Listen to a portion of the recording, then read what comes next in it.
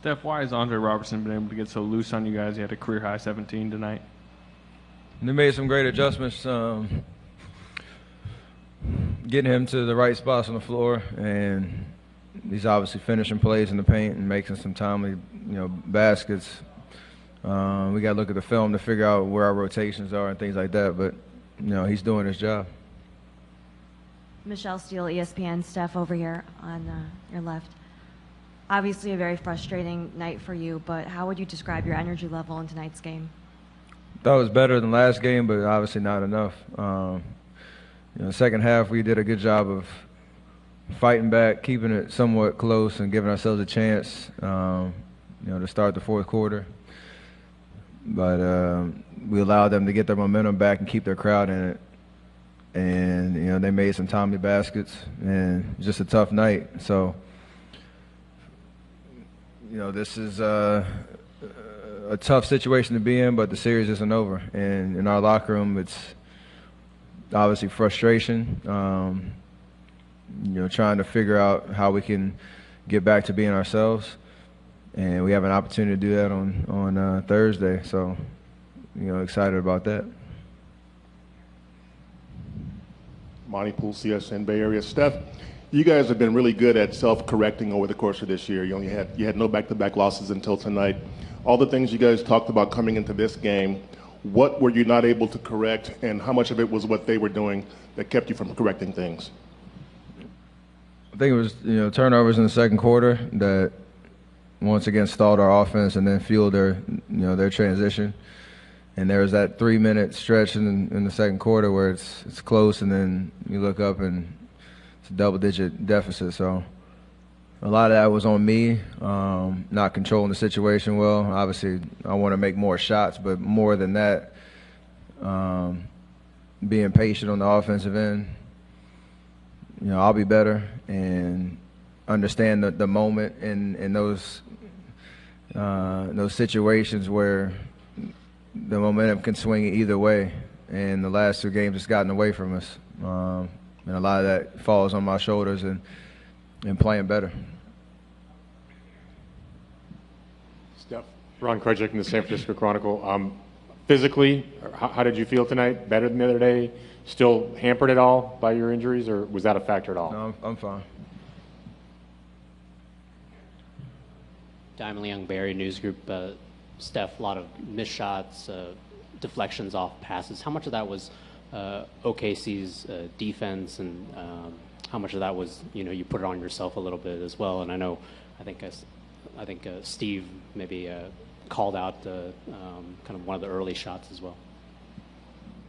Our shot selection was pretty good today. We just missed some, especially early, including myself. I had a terrible start to the game, and shots that I normally make got to the paint, missed some layups. It just wasn't, my night to start. Obviously, with Clay in foul trouble, he got going in the second half and kept us in it and really gave us a spark. But all that has to, they had a certain game plan. We know what they're good at, using their athleticism and their length, and a couple bad decisions and a little bit of impatience. That's pretty much, it. So, once again, I'll be better. Hey, Steph. Phil Barber, Santa Rosa Press Democrat. You mentioned some of the missed layups. You had more than we're accustomed to seeing. Was that just you having an off night, or how much of that had to do with their length inside? No, I just missed them. I didn't have to really alter my shot much. I got around the bigs, got in the paint, slipped off my hand the wrong way, and missed them. It's a terrible night to have that happen. And at the end of the day, those are shots that I'm confident taking, and I was able to get to the right spots on the floor. I just got to finish. Jeremy Gray, KADS, Elk City. Steph, do you believe that the assignment of guarding Russell Westbrook has affected you on your offensive end? No. We just got to play better.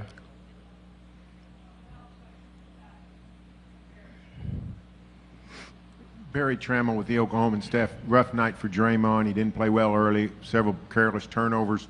You think he was affected by the events of the last 2 days, and what do you need to do to get him going? He's a very mentally strong guy. I'm sure it was a stressful 48 hours for him, not knowing what the decision is going to be, and then dealing with those emotions coming into tonight, and trying to help our team win. He talked to some of the guys in the locker room afterwards about how he was feeling and what you don't need to worry about him going into the next game, that we're gonna he's gonna figure it out. That kind of goes for everybody in the locker room. We all individually need to step it up.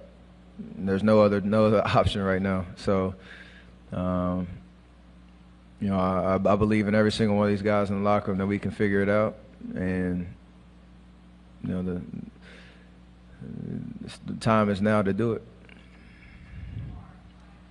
Brian Brinkley, KFOR TV, Oklahoma City. Kind of following up that answer, you haven't had a lot of adversity the last couple of seasons. You're down 3-1 here, backs against the wall. What's your feeling about how your team responds from here on out?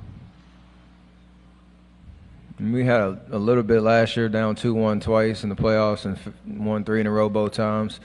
Obviously, tonight was that moment where we could have gained control of the series back. We let it slip. They came out and played well and did what they're supposed to do. Series isn't over, though. Long way to go. We obviously know what we need to do, but it starts on Thursday. You got to protect home court and then figure out how you win in this building. We can't get to Game 6, obviously, without figuring out how we're going to protect home court and bring our A-plus game, because nothing else will get it done. Ethan Strauss, ESPN. You mentioned the messages that Draymond was giving your teammates. Is there anything in particular after the game that you were telling them? Series isn't over. We got to believe in ourselves. So obviously frustration. It's a terrible feeling. Once again, not stepping up and being ourselves and playing our game, but I think we're a special team that this isn't how we're going to go out. So we're going to figure out, how we can take care of these next 48 minutes on Thursday, and then we'll talk again.